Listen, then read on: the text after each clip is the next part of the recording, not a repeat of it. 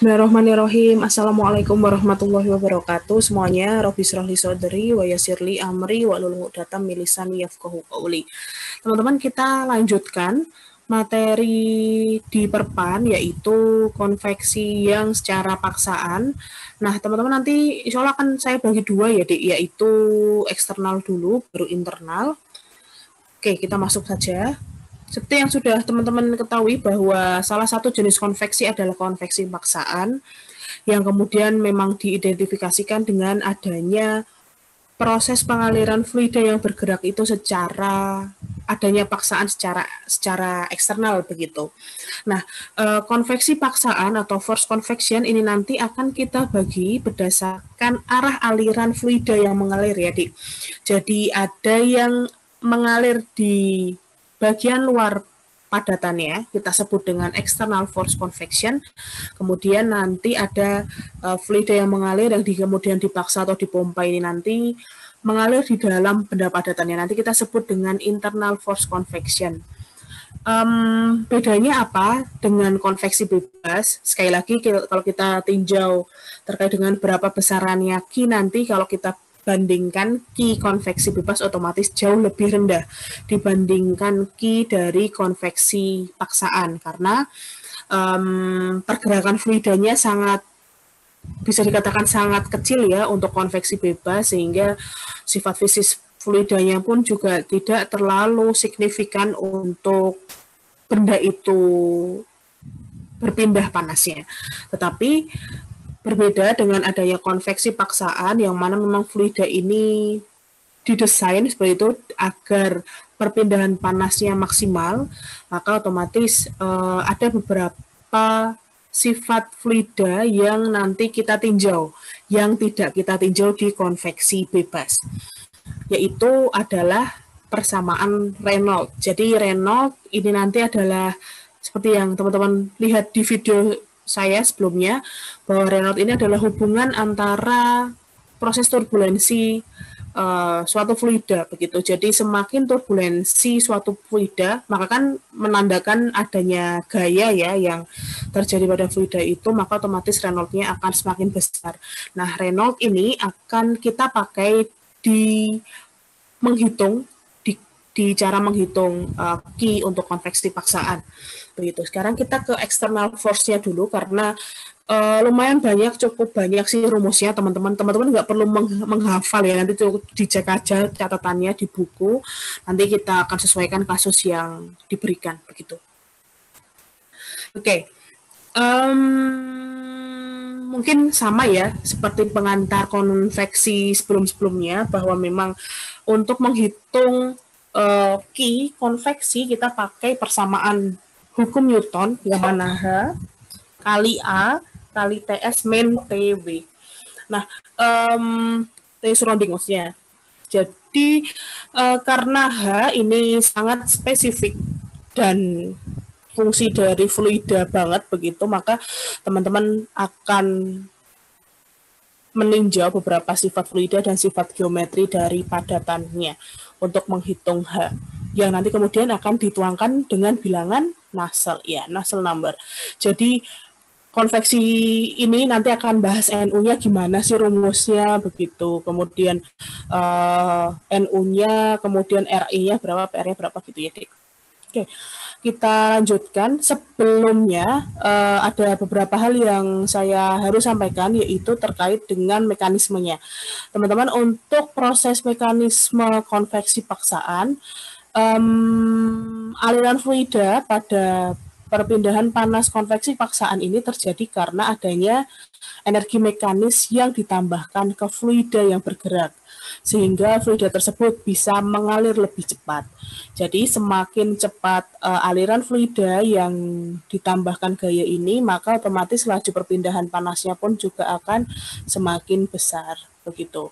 Nah, secara umum memang koefisien perpindahan panas konveksi paksaan ini akan bernilai jauh lebih besar dibandingkan konveksi perpindahan panas secara konveksi bebas.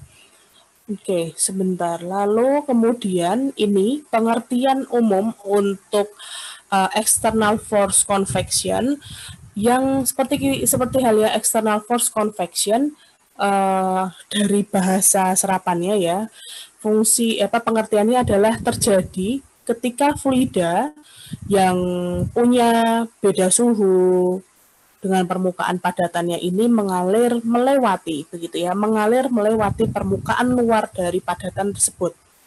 Nah, aliran fluida ini sekali lagi bergerak karena adanya gaya mekanis dari eksternal ya, bisa dihembus, dipompa, di blower. Nah, yang di highlight adalah ini, kecepatan alirannya seperti yang saya sampaikan tadi kemarin di perpindahan panas konveksi bebas, bahwa kalau konveksi bebas V-nya harus kurang dari sama dengan 1 meter per sekon.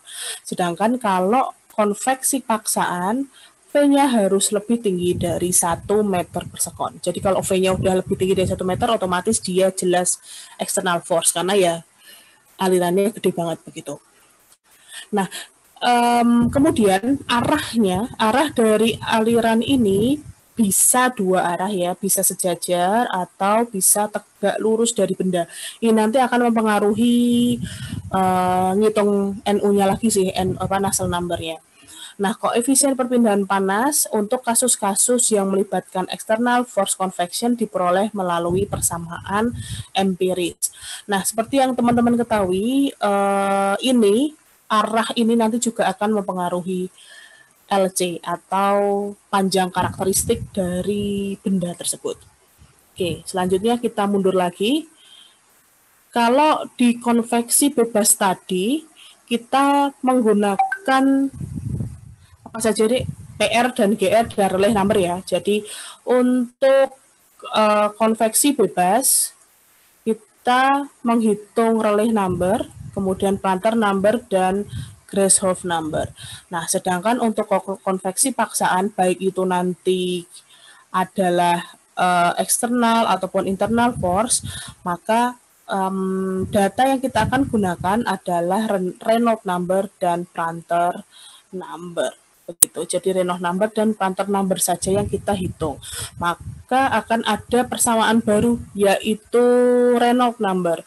Reynolds number ini adalah hubungan terkait dengan mekanika fluida. Sekali lagi bahwa memang Reynolds number adalah parameter yang di parameter mekanika fluida yang merupakan perbandingan antara gaya inersia dari suatu bahan, dari suatu fluida berbanding dengan gaya viskositasnya. Nah, rumus dari Reynolds, perbilangan Reynolds ini secara sederhana kita bisa rumuskan di ini. Jadi bisa teman-teman bisa pakai ini ya. Karena kan nanti ada yang diketahui dalam densitas dan viskositas, ada yang dalam viskositas kinematiknya. Jadi Reynolds number secara harfiah kita bisa hitung dengan cara membandingkan antara rho VL dibagi dengan viskositas. Atau jika semisal rho dan V, rho per V ini kan sebenarnya adalah seper V begitu ya. Jadi V itu adalah viskositas kinematik, itu adalah mu per rho. Sehingga kalau semisal adanya viskositas kinematik ya, nanti teman-teman tinggal bagi begitu ya, tinggal bagi V per L per V. V beda ya ininya untuk simbolnya. Jadi Reynolds number, kecepatan aliran fluida dalam meter per sekon, kita kalikan dengan panjang karakteristik LC ya, panjang karakteristiknya dibagi viskositas kinematika, viskositas mekanisnya, atau meter persegi per sekon, viskositas kinematik fluida gitu. Diingat-ingat ya untuk rumusnya. Jadi ruas kiri sama kanan sama, cuma kalau semisal nanti ketemunya datanya tahu rho, tahu mu, maka teman-teman tinggal pakai persamaan yang awal, yang tengah. Tapi kalau yang diketahui adalah viskositas kinematik fluida, maka teman-teman tinggal pakai yang V. Nah, viskositas kinematik fluida seperti nanti akan dipengaruhi oleh fungsi dari tekanan ya teman-teman. Jadi jika semisal tekanannya berbeda, kita tahu tekanannya sekian, maka kita harus evaluasi viskositas kinematiknya. Begitu, nanti ada contohnya insya Allah. Oke, yang pertama adalah Reynolds, Prandtl sama nanti untuk rumusnya sama kayak yang sebelumnya, yaitu mu per Cp per K. Ini juga nanti insya Allah kita akan tahu dari data tabel ya, tabel A ini nanti. Oke.